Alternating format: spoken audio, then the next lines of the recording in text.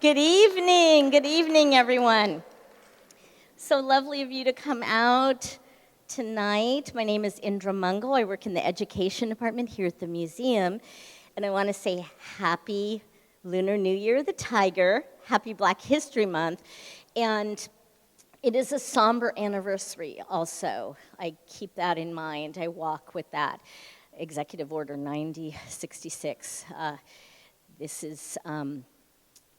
This is joyous to be together, and there's some really sobering facts we're going to find out tonight. And we've got an incredible panel that will be joining us after the film. As you were entering, you were listening to Anthony Brown's orchestra playing music that he composed for the film, and Janice Mirkatani's voice was voicing some of the pieces, and I want to remember her tonight. She was a true friend of the museum and of San Francisco, a dearly beloved friend. So a little bit of housekeeping. The museum closes at 8 p.m., and this program is going to end at 8:30. So when we end, the rest of the museum will be closed. It's not Night at the Museum like the movie. We are gonna, things do not come alive, at least I've never seen it, but we will ask you to exit through the grand staircase behind you. There's an elevator on your right in the back, and there's an elevator out to your left also. So the museum wants to acknowledge that we are located on the unceded ancestral homeland of the Ramaytush Ohlone, who are the original inhabitants and indigenous stewards of the San Francisco Peninsula. We wish to pay our respects by acknowledging the ancestors, elders, and relatives of the Ramaytush community and by affirming their sovereign rights as First Peoples. The Asian Art Museum's Diversity, Equity, Access, and Inclusion Committee stands in solidarity with the Black community. We affirm that Asian and Black communities share a mutual pursuit for liberation, and to quote our wonderful author Jeff Chang, Asian Americans owe so much of their presence in this country to the Black struggle for freedom. From birthright citizenship to the ability to tell our stories, to the civil rights we enjoy, we want to be on the right side of history, and that side is squarely in fighting against anti-Black racism. Tonight's program and many of our other programs explore the intersectionality between multiple communities where identity is nuanced and our stories and cultures are shared with each other. Now for my introduction of our wonderful filmmaker. We're just so lucky to have him in our community and here tonight. Jon Osaki is an award-winning filmmaker who has directed and produced promotional, educational, narrative, and documentary films. His initial interest in film grew from his desire to share the stories of the Japanese Community Youth Council, where he has served as executive director since 1996. He is currently producing film projects for the Stop Repeating History campaign, focusing on social justice issues such as the movement for Black reparations and dispelling the model minority myth. So without further ado, Jon, please join us up here. Thank you. Is this on? Can you get? Oh, thank you very much, Indra. And I really want to welcome everybody here tonight. It is so wonderful to see so many of you that I have not seen in person for 2 years now. I've been doing virtual screenings on Zoom and many other online platforms, and it's just not the same as seeing all of your beautiful faces here today. And I'm just so honored to have the opportunity to share my film during this very important occasion to commemorate the 80th anniversary of Executive Order 9066. In 1942, my father was incarcerated at the Tule Lake Segregation Center. My mother was incarcerated at the Gila River concentration camp. And if they were still with us, I know that they would be so grateful for an opportunity like tonight to both acknowledge and reflect upon the past and the important lessons that we have to remember, but to also talk about the work that still needs to be done in this country to really address the systemic racism that continues to persist. And so with that, I am so grateful to have you all here this evening, and I hope you enjoy Alternative Facts. Thank you very much. Thank you, everybody.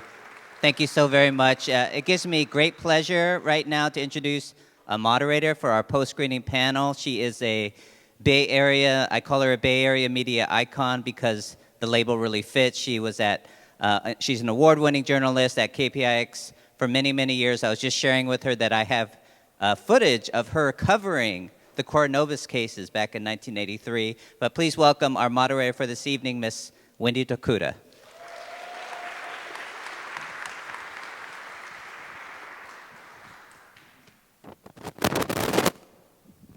Our filmmaker, Jon Osaki, give a big hand.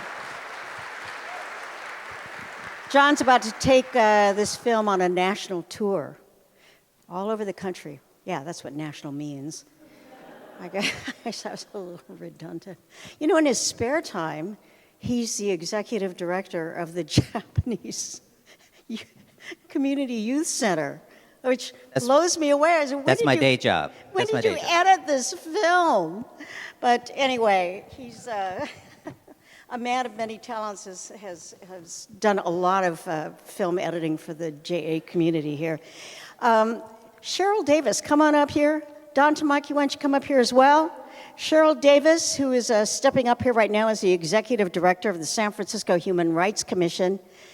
She is leading the city's efforts to promote racial equity, including reparations for African Americans, and serving on the state task force to study reparations for African Americans is our next panelist there on the end, who you might recognize from the film as well. Don Tamaki, senior counsel at Minami Tamaki.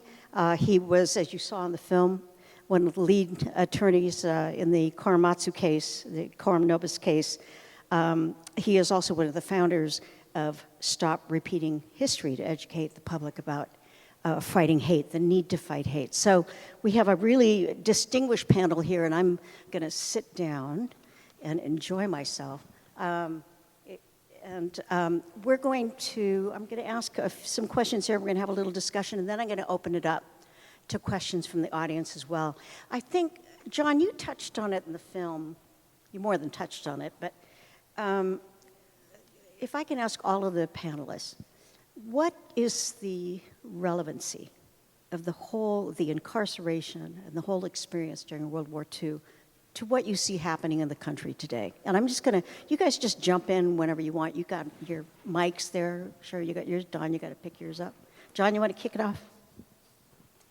Sure, I'd be happy to. And I think that just the fact that we were able to just cover events from a couple of years ago, to me, is a very clear indication that the systemic racism that led to my father and my mother being forcibly rounded up and incarcerated is still persists in this country.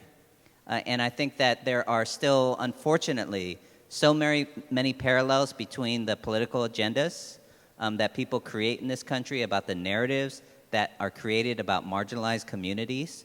And really, I think in my view, there's a battle going on in this country really over the truth, right? And really about our history and the fact that, this country is not perfect, right? There's many great things about it, but there are many horrific mistakes that have been made, and many of which have not been atoned for in this country. And I'm grateful that this country was able to recognize the harm it committed against Japanese Americans. But I think there are so many communities for which there still needs to be acknowledgement and for which there needs to be atonement for.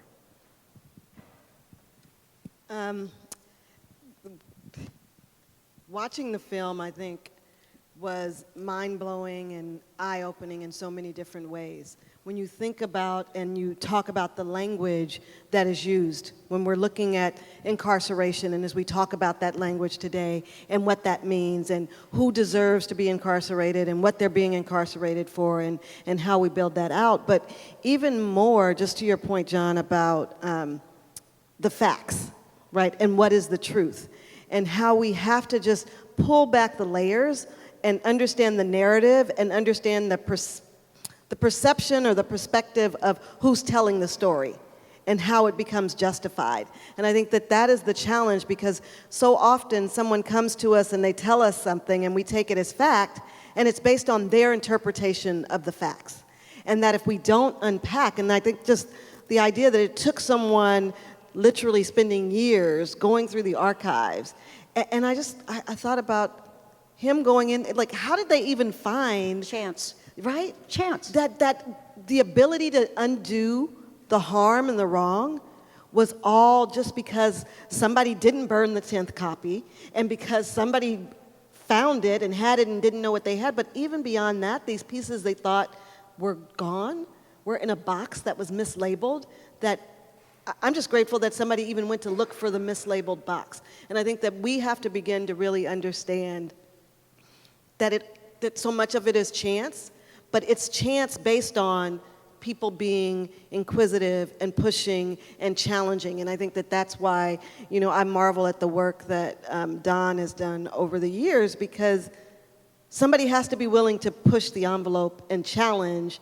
even for the chance to work. Thank you, Sheryl. I want to thank Jon for this fantastic movie. It's a very complex legal and historical narrative and story. It's very difficult to do in a 1-hour documentary, so thank you. So Sheryl talked about uncovering facts. I'm sure what motivated the San Francisco's efforts on reparations, which Sheryl is pushing for, and the California state reparations for African Americans that I'm on, the task force, is not just history that needs to be told and remembered. It's really unpacking history that's been erased and been the subject of willful amnesia. And Neil Cottrell in the movie is saying nobody wants to talk about this. Nobody wants to talk about slavery. No one wants to talk about what happened to indigenous people in this country. Nobody wanted to talk about Japanese Americans. And so, I'm really grateful that Yaya Wada here, who's 102 years old, is telling her story. And I want to thank Masako Takahashi and the Takahashi Foundation for helping to fund the promotion of Jon's film so that these stories can be told. I think it's important, though, to put it in a general framing. The Japanese American incarceration story it's really a case study on how systemic racism works. And recently, of course, everybody's been very familiar with the recent acts of anti-Asian hate crime that's happened, anti-Asian hate. But I'm finding out, just being on the Reparations Task Force, that to really understand where anti-Asian hate comes from, it's really important to understand the origins of anti-Black hate, because that is the foundation of white superiority, or that sense of it, a culture of prejudice, and the various levels of hierarchical racism against all the other groups. And so there's absolutely no equivalence between what Japanese Americans went through and what blacks have gone through in terms of 250 years of slavery, 90 years of Jim Crow, 60 years of separate but equal. And what our current reparations task force are trying to do is sort of connect the dots between the past and the present. So, and that's similar to what Jon has done. He's taken a piece of history, really a case study, and shown, that history does repeat itself, regrettably, and it has present day consequences. And there are many lessons to learn. One is, what happens when democracy completely fails. But the other one is what happens when people don't have a common understanding what facts are, or the facts are manufactured. They're alternative facts, as John put it. And you can justify the most horrific crimes against humanity. And so I think that's the important lesson for today, that this is not just an aberrational curiosity. This is really a lesson going forward. It's as much about the future as it is about the past. So I really want to thank Jon for a terrific movie. You really did do a fine job, Jon. You really did. So, Don, you were quoting Neil in the film, talking about how people don't want to talk about slavery, or they don't want to talk about the internment. But these days, it's not just that they don't want to talk about it. They don't want anyone to talk about it in the schools. I mean, it's sort of a step beyond that, right? What's your reaction to what you see going on with that? This polarization that we see, critical race theory and the debate about it. I'm going to turn to Sheryl to lead on that. Like, it's interesting because I started my career as a kindergarten teacher. And so much of what you talk about, which is interesting because you hit on this in the story when they were talking at JCYC and talking to the young people and how do you engage with folks that are different. I think focusing on critical race theory misses the point of focusing on people, right? And understanding that we all have a different lived experience, we all have a different story, and that is what makes our communities so rich and so unique. The challenge here is that we are really being told not to talk about the history that caused harm because we don't want to first acknowledge that our ancestors in some way caused harm, but we also, I think more importantly, don't want to apologize or repair the harm that has been done. So that's what the conversation really is trying to avoid, this fear that you may have to do reparations or you may have to acknowledge that some of what you think in terms of what makes you superior is not superior, right? That you haven't done that. And the challenge here is that it is a distraction. It is now an argument about whether to do it instead of just even doing it. Like, we're not having that deeper conversation, which I think is contributing to this false narrative, again, around the alternative facts about the tension between the Black and Asian community, right? Like, the ability to keep division is by hiding the truth. And if we talk about critical race theory, if we talk about the truth, then we won't be able to keep the divisions, which then allows one race to feel like they are supreme or superior to the others. I think some of it may not even go that far. It's just this argument of, don't make our children feel guilty for being white. I mean, that, you know what I'm saying? This is this side, several degrees to this side of that. It doesn't even show that level of consciousness. Your read on it, Mr. Osaki? So I'm very, one of the nice things, one of the few nice things over the last couple of years during the pandemic is I've been able to share this film with many classrooms, schools in all parts of the country, the Midwest, and I met with this one class in Indiana. And the students there saw the film, and we had a discussion afterwards, and they were sharing with me that I would say the majority of them, first of all, had no idea that this even happened. Zero idea that an entire group of people were once, removed completely from the West Coast and incarcerated. But they also shared with me, but we are taught about the bombing of Pearl Harbor. Like, our teachers made sure that we learned about that. It's so, I think, important with regard to not just this issue, but many. I always say that, history gets determined by those who tell it. And it's so important. These conversations and conversations around the country are so important about, whatever you want to call it, that, it really is a tactic of creating these narratives, these false narratives, right, about race and about these very important points in time throughout our history, and wrapping it up in a very neat, simple soundbite, and that being repeated over and over again. I talk about this to certain groups. It's called effective frequency. It's actually a thing, right? It's actually a a marketing tool, right, that certain groups use to repeat a narrative over and over again, and then people eventually start to believe it as true. And so I think it's just so important that we have conversations about truth, honest conversations, and I'm so glad that I've been able to Zoom into classrooms and have these conversations, and it makes me realize just how much more work we have to do in this country. You know, when you made this film, and you talk a lot about the Muslim ban, and that was very much in the news at that particular time. Now we have gone through George Floyd, and we are discussing a racial reckoning in this country. How has that changed the discussions that you have now about what's contemporary about this film, what's current? Well, I think that people haven't always put it in this context, but this is a very clear example of anti-Asian hate in this country. And I think that it has made people talk about and think about the different ways that groups are targeted, the ways that narratives are created about groups, and not just Asian Americans, but the Black community, and that we, over time have gotten to the place where there's so many aspects of our society that don't want to talk about race, right? Who are uncomfortable about talking about it, who are unwilling to acknowledge it.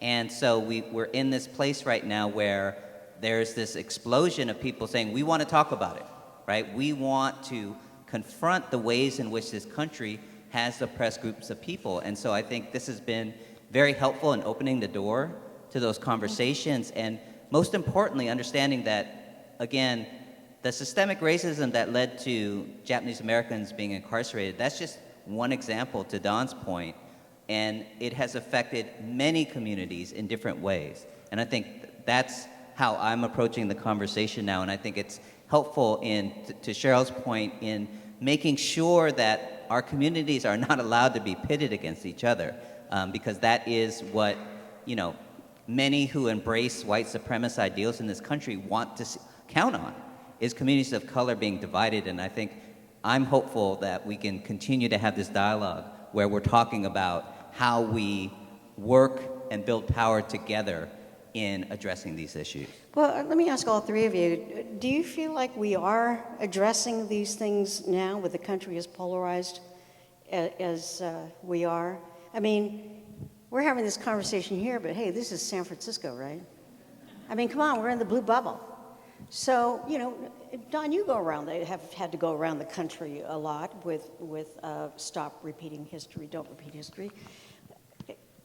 Are we getting anywhere with this discussion? Well, Jon is going to be in Texas next week. Right, Jon, you represent, right? Yeah. And so even among groups that really want to talk about this, the screening of Jon's film Reparations, which I highly recommend that people see, bar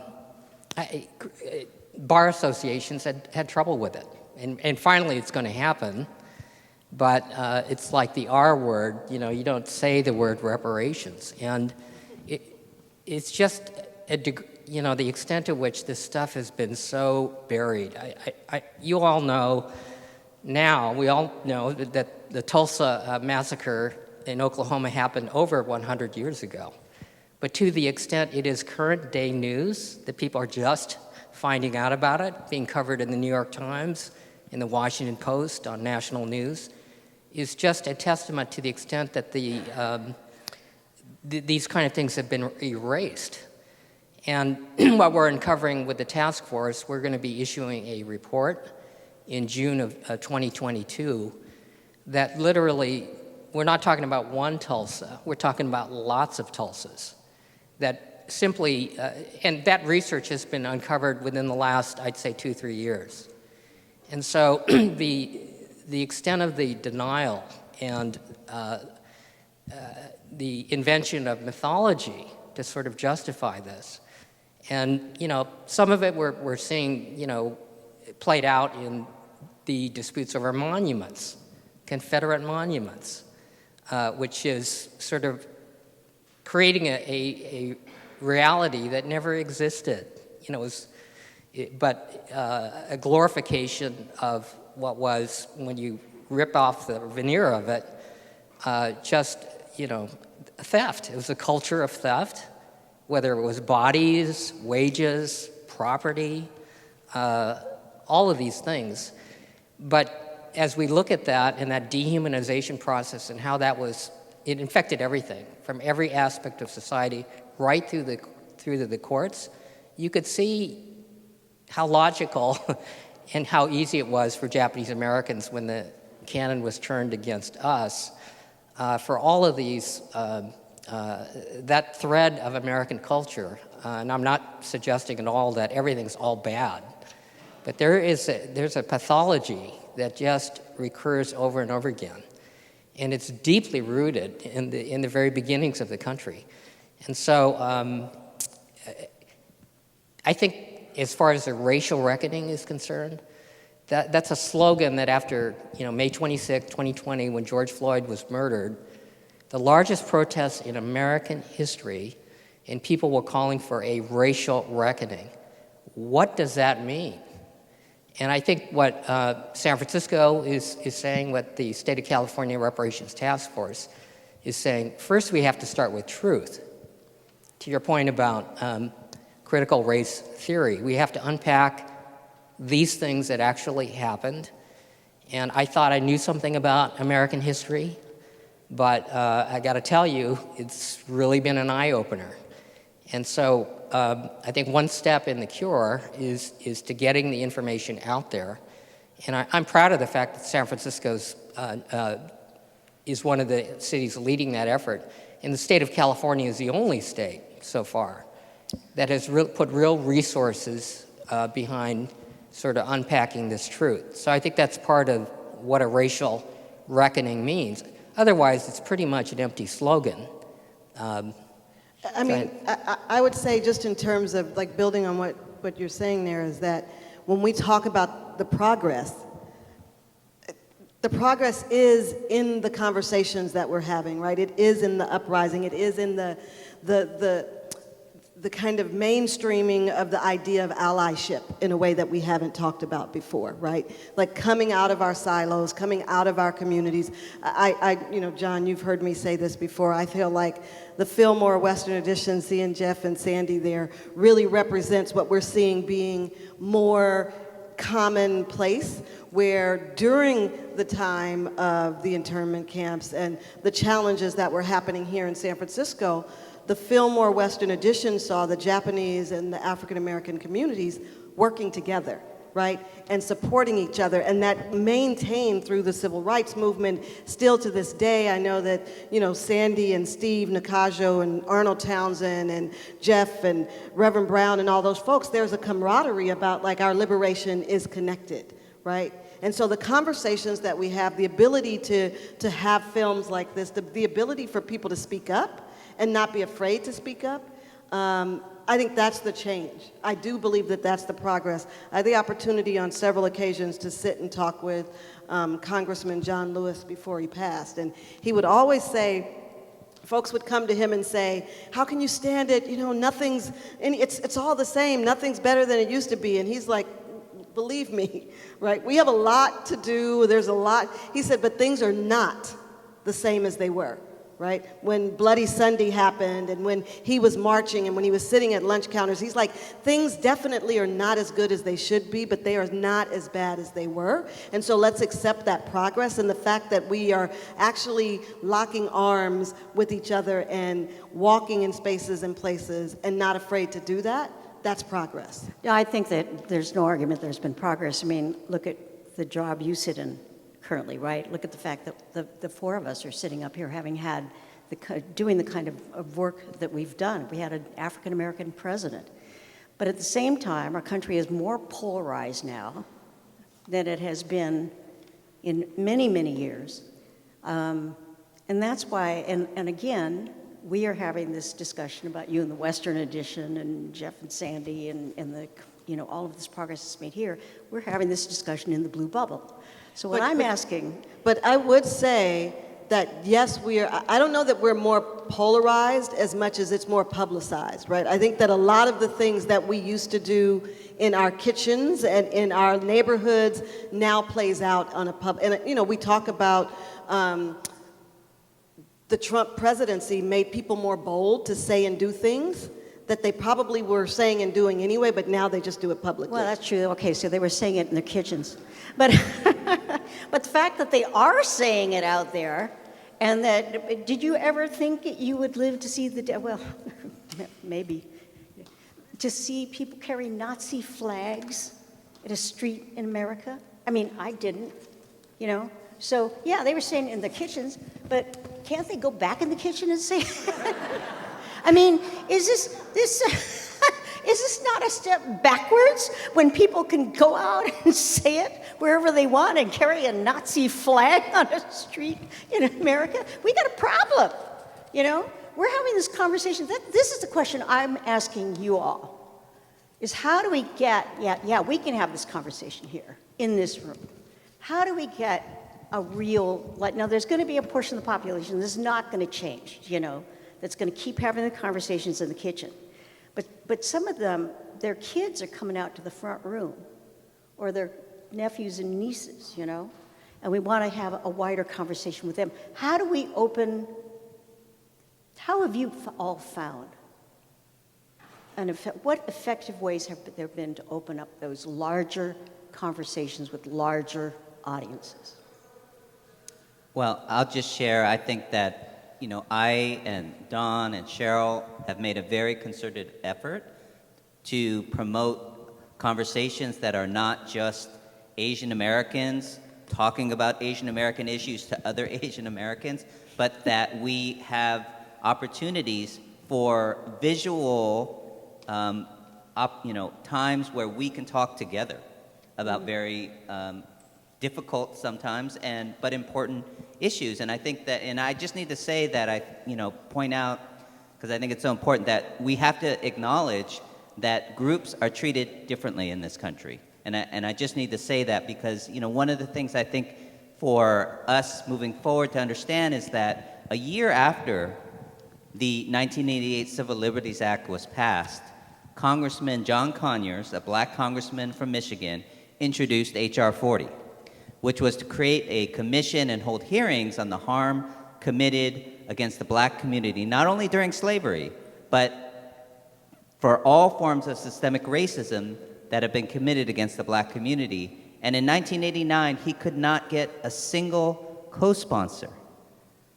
And he was essentially running the same playbook that Japanese Americans had just executed successfully, and it was met with silence. Right? And I think we have to be open about the fact that our communities are treated differently in this country, and I think we have to be willing to stand with each other, speak up for each other. I know that when I've seen Sheryl and others from the black community stand up for issues affecting the Asian community, that feels good to me. I appreciate that. And I think there has to be more of that going on in this country. I think that we have to have more of those conversations in other parts of the country and that's why I am going to braving the trip to Texas. I've been to Florida, I've been to North Carolina, I'm going to be going to Arizona, so I'm going to different parts of the state to have this conversation. Yes. And I think we need to do more of that, and we need to have more conversations where it's not just Asians talking to Asians, right? But that we have other voices joining us to talk about these issues. And I do just need to say I was born in Texas. Spent most of my childhood there. And that's why I do say, you know, as we go in this back and forth about like more polarized, and I remember growing up and being like, my grandmother being like, don't walk on that side of the street, yes. Don't walk in front of his house, and just the things that my mother and my grandmother did were definitely they were definitely worse, right? Like the fears of lynching, you know, like we think about it, Emmett Till is not that, it's not that far ago, right? Like, so those pieces, that piece, I think that this part of having conversation, that's what we're doing. Jon has been amazing over the last year. We have pulled together all of these conversations. And what we do is we see each other's humanity, we see each other, we hear our stories, and all of a sudden the stereotypes or the stigma or the other things that we didn't know from ourselves, just from stories or from just stereotypes, dissipate. And I think the ability to be in space with each other, to talk to each other, to humanize, but to also build relationships is critical. Okay, so the topic of Black reparations is coming up continually. All three of you are involved in efforts regarding this. Sheryl, tell us a little bit about what's going on right now in San Francisco with your task force. Yep, so San Francisco has a 15-member task force that was created by an ordinance from Supervisor Walton. That group has been meeting. They've had their first 6-month report. They have another 18 months to finish and make the recommendations, and part of what's happening now, which I think, Don, it'd be great for you to share some of the work that you all are doing, but we're just now doing our harm report. And I think what's interesting is that people think about San Francisco and California and go, why would we need reparations here? There wasn't slavery, or there was, but redlining and what happened with redevelopment agency, and there are just the consent decree for both employment and for education.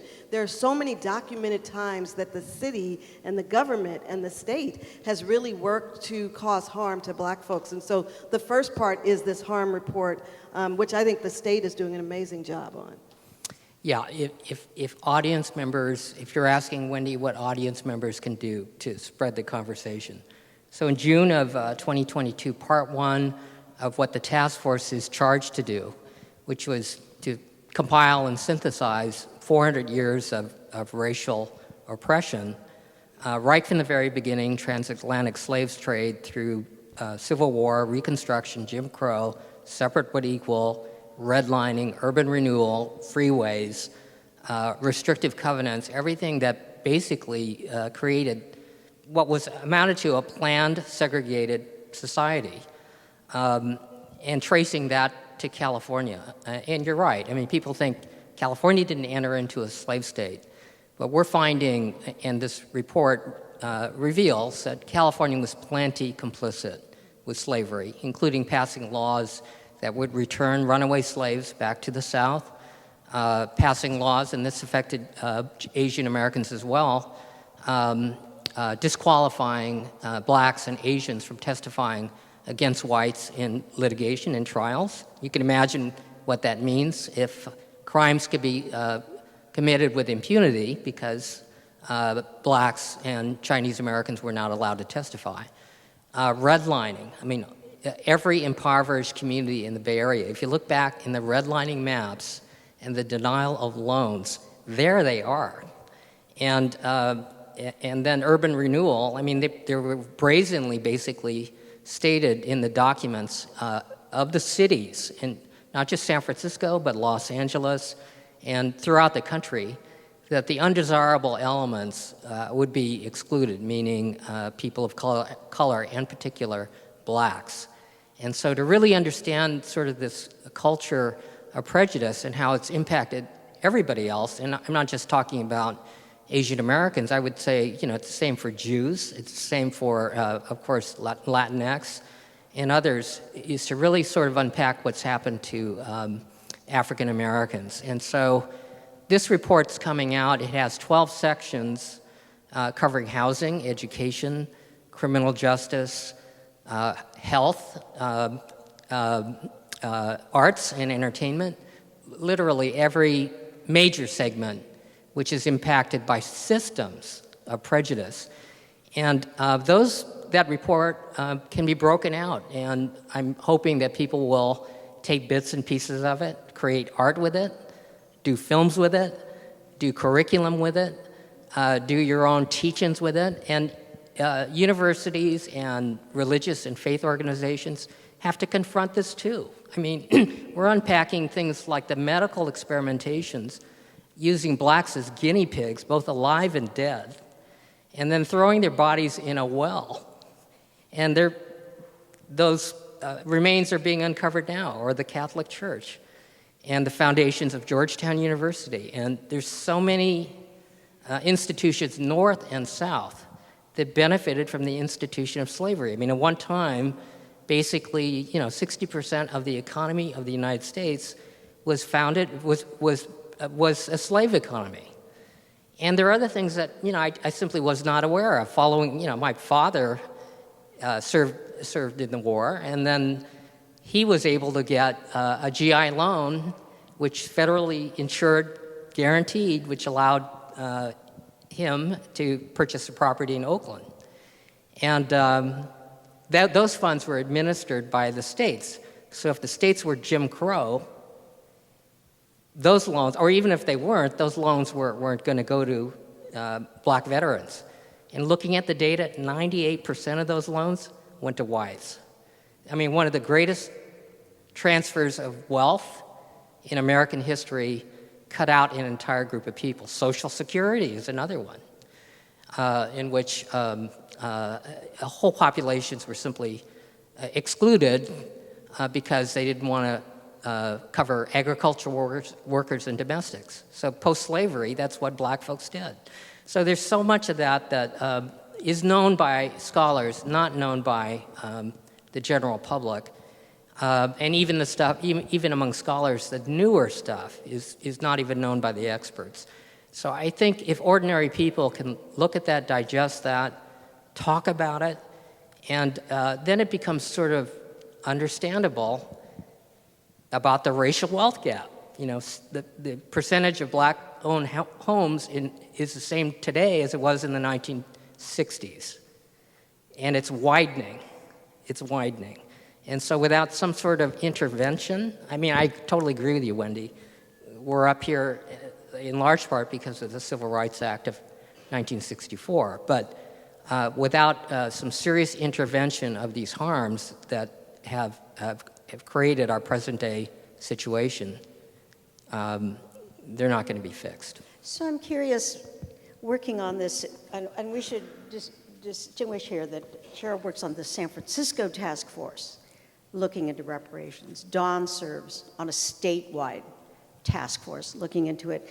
But I'm curious, Don, as a Japanese American, especially with the history of your life's work in civil rights, how does that affect your commitment and also your perspective on black reparations? Your parents' experience, for example, when they got their redress checks, how does that affect? Well, I mean, our experience, we know what discrimination is.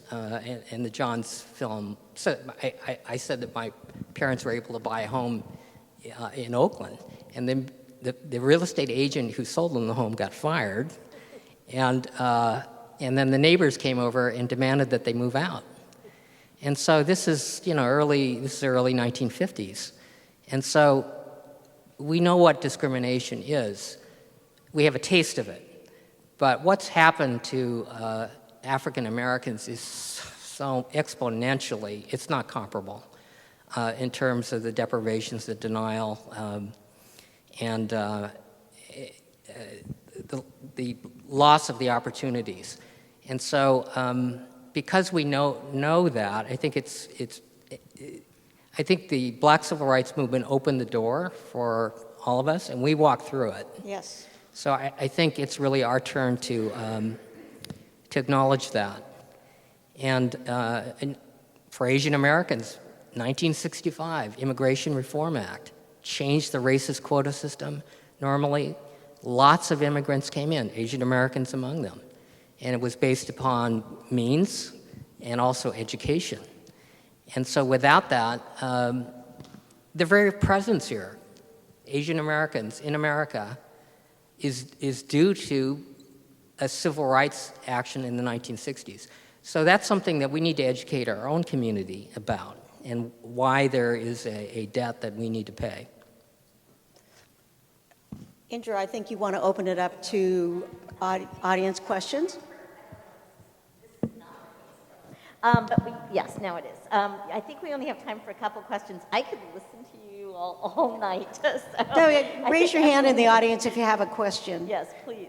And then we need to go toward you with a mic there. I'll get you, and then... Okay, so I am 15 years old, and I'm from very, very rural New Hampshire. I'm visiting for a bit. And as you said, the blue bubble, which is kind of what I've noticed as I'm visiting here, is so incredibly drastic from where I grew up. And like you said, you talk to children and people that are from Texas and from these other places. I also have the privilege of being like class president, in some ways being that model minority. And I think that when I try and bring light to these issues to my 93% white school as a high school student, it's often met with just ideas of like brushing it off. Because I think at my age in high school, yes, when you are presented with facts, you're supposed to understand them and acknowledge them.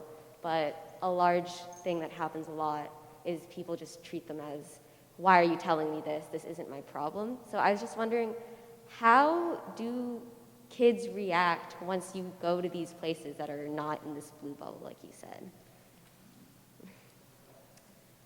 Well, I think in general that there's a lot of shock and there's a lot of surprise in learning this history and learning how this was, because again, and I talked about this before, that this country is really good about creating narratives, right, in order to justify their actions. And so for, decades now, the narrative has been that the incarceration was about war hysteria, and they acknowledge in 1988 Civil Liberties Act that there was some racism, failure of political leadership. But 99% of the American public does not understand the depths of the deception, right? Like, this was really based upon lies, and people knew they were lies, and people then covered up those lies, right? There's layer upon layer.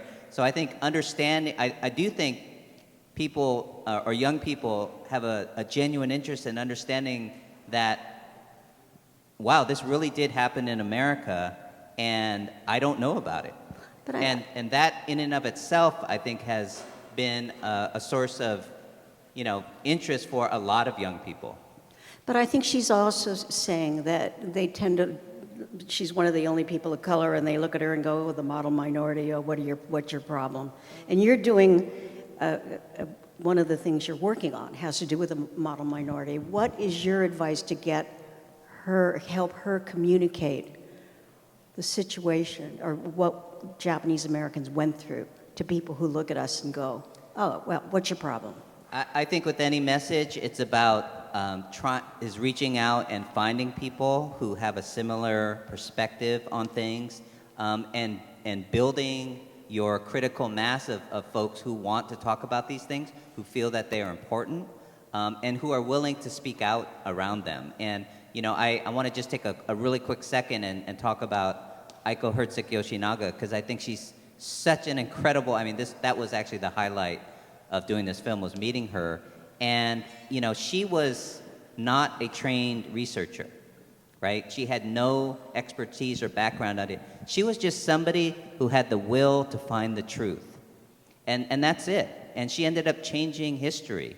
And so I always point to her as an example that you don't have to be, a civil rights leader. You don't have to be an expert in different areas. You just have to have the will to want to spread a message and to make change in society. Another question in the back. So as we know, like you said in the film, one of the reasons learning history is so important is so that it doesn't repeat itself. So what parallels do you see? I know you talked about parallels with the Muslim ban under Trump, but what parallels do you see with immigrant detention centers and ICE raids, and what do you think we can learn so that history doesn't repeat itself in this case?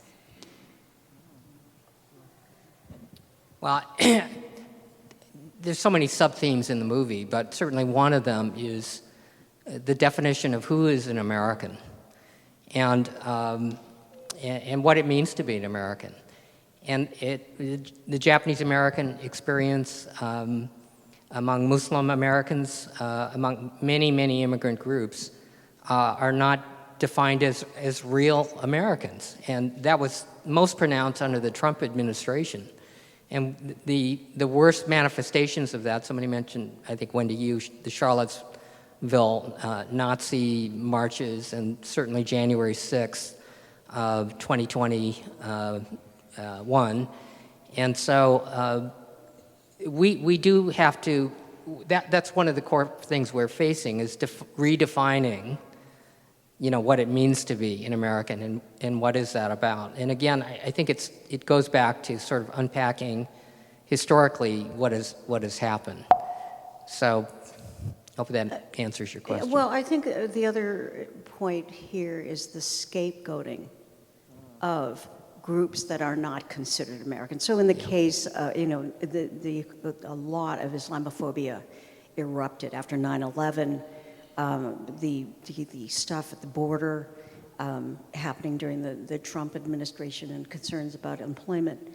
I mean, well, the playbook is the same, and it repeats itself. No, I was just going to say, I think that looking at, like if you look at when they had the young people and the families crossing the border, and even just the imagery that folks use to kind of push the messaging, right? So when we think about last year when they were talking about African immigrants, and the story was so different, and it was painting these pictures. And so again, this idea of the narrative and the story and how it's told, but also when you think about the images that were played in the film, the caricatures, we may not do the caricatures anymore, right, because that's too blatant and too obvious, but that when you look at the images that get put out, it's the same thing, right? The symbolism, the invoking fear, all of that is the same. It's the same playbook that we're talking about, where it's just meant to make you afraid, and that you then move into the groupthink of like, we've got to do this to save ourselves. And I think that that's the thing that kept playing out for me when you were in the film, is that if we're going to save ourselves, we've got to like keep those folks away, and then we start to make these generalizations that everybody can buy into. and sometimes it's not even that subtle. I mean, Kung Flu, that wasn't exactly subtle. No. And that triggered, I mean, the violence against Asians. But the right now is not- justification, the way that people then begin to justify, so that's why the imagery is important, that's why the language and the way that you know, it's not subtle, but it is, right? Like that, it wasn't blatant, but it was like, oh, that's funny, right? So people play on it or they do that, and then it normalizes it in a way, and that's what we have to be really on watch for, is the normalizing of the pictures, the language, and the feelings that then you can sit and talk to someone, because even if you didn't agree with it, how many times did somebody repeat that he said Kung Flu, right? So then it becomes normalized and you become desensitized to the fact that it's not appropriate. Indra, you're trying to tell me Yes, something I was- desperately, so but our last question. Last question, We're okay. over time. Sorry. I think there are countries that have faced their history of oppression, discrimination, government policies, and so forth. So I'm thinking of Canada and, of course, South Africa. So I wanted to know, what examples do you think in those two instances, apart from how different they may be from us, might provide some directions or some guidance or you know what? Because your mask, I'm having a little bit of a hard time understanding. Yeah, just clarify, what is the question? Is it about Canada, Africa? I think there are countries, and for example, like Canada and South Africa, of course, who have faced their histories of racial oppression. And I just want to know if there is anything in their methods and in their current policies that could provide us with advice or a message. I'll just quickly say, here in San Francisco, modeled after what we're doing with the Reparations Advisory Committee, we're working with the American Indian Cultural District to actually do a truth and healing or truth and reconciliation committee similar to South Africa. So that process of unpacking, and again, the conversation. So that's something that the American Indian community has asked to happen here in San Francisco. I mean, certainly Germany and confronting its wartime past in relation to reparations to Jews and Israel